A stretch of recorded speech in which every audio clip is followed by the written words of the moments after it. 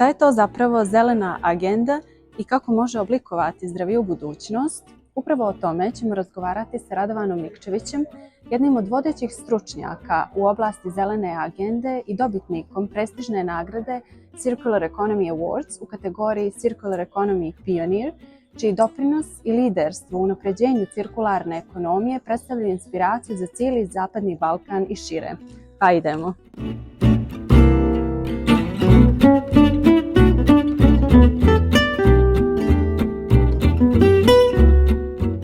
Pa, zelena agenda je jedna savremena paradigma, pre svega ekonomskog, ali i društvenog i kulturnog razvoja jedne društvene zajednice ili čak šire regiona, kao što je slučaj sa zelenom agendom za Zapadni Balkan. I zapravo ta paradigma nastoji da u centar, umesto maksimizacije profita i tih sebičnih i gramzivih ljudskih navika i potreba, stavi zaštitu životne sredine kako bi se obezbedila dugoročna održivost, a samim tim i opstanak ljudske civilizacije na planeti.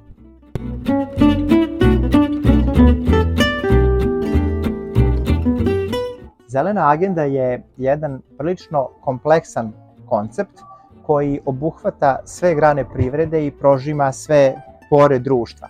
I kao takva ima zaista veliki potencijal da unapredi uslove u kojima ljudi žive i rade, a samim tim da obezbedi i bolje uslove, odnosno da unapredi zdravlje stanovništva. Ja mogu da navedem sijaset takvih primera, ali evo za početak što mi pada na pamet to su oblasti mobilnosti, odnosno saobraćaja i oblast energetike, u kojima zelena agenda ima za cilj da smanji zavisnost i upotrebu fosilnih goriva, čime treba značajno da se smanje i emisije i zagađenje atmosfere, a mislim da sada ne treba ponavljati zapravo koliko zagađeni vazduh koji trenutno svi mi dišemo uzrokuje respiratornih bolesti a broj prevremenih smrti u regionu koje su izazvane zagađenjem vazduha meri se desetinama hiljada.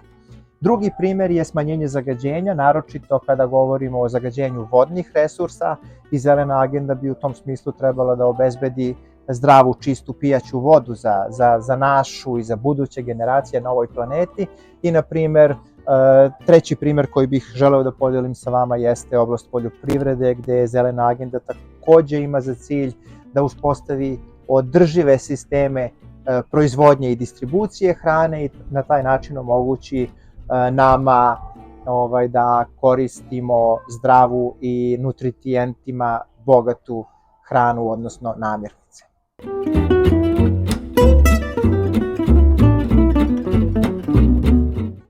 Da, apsolutno, tehnologija predstavlja osnov sprovođenja zelene agende i to je prepoznato u gotovo svim strateškim dokumentima Evropske unije, gde se prepoznaje značaj tehnologije i poseban akcenat stavlja na inovacije i razvoj digitalnih tehnologija i zapravo Evropska unija u tim svojim strateškim dokumentima zagovara taj dvostruki paralelnu zelenu i digitalnu tranziciju.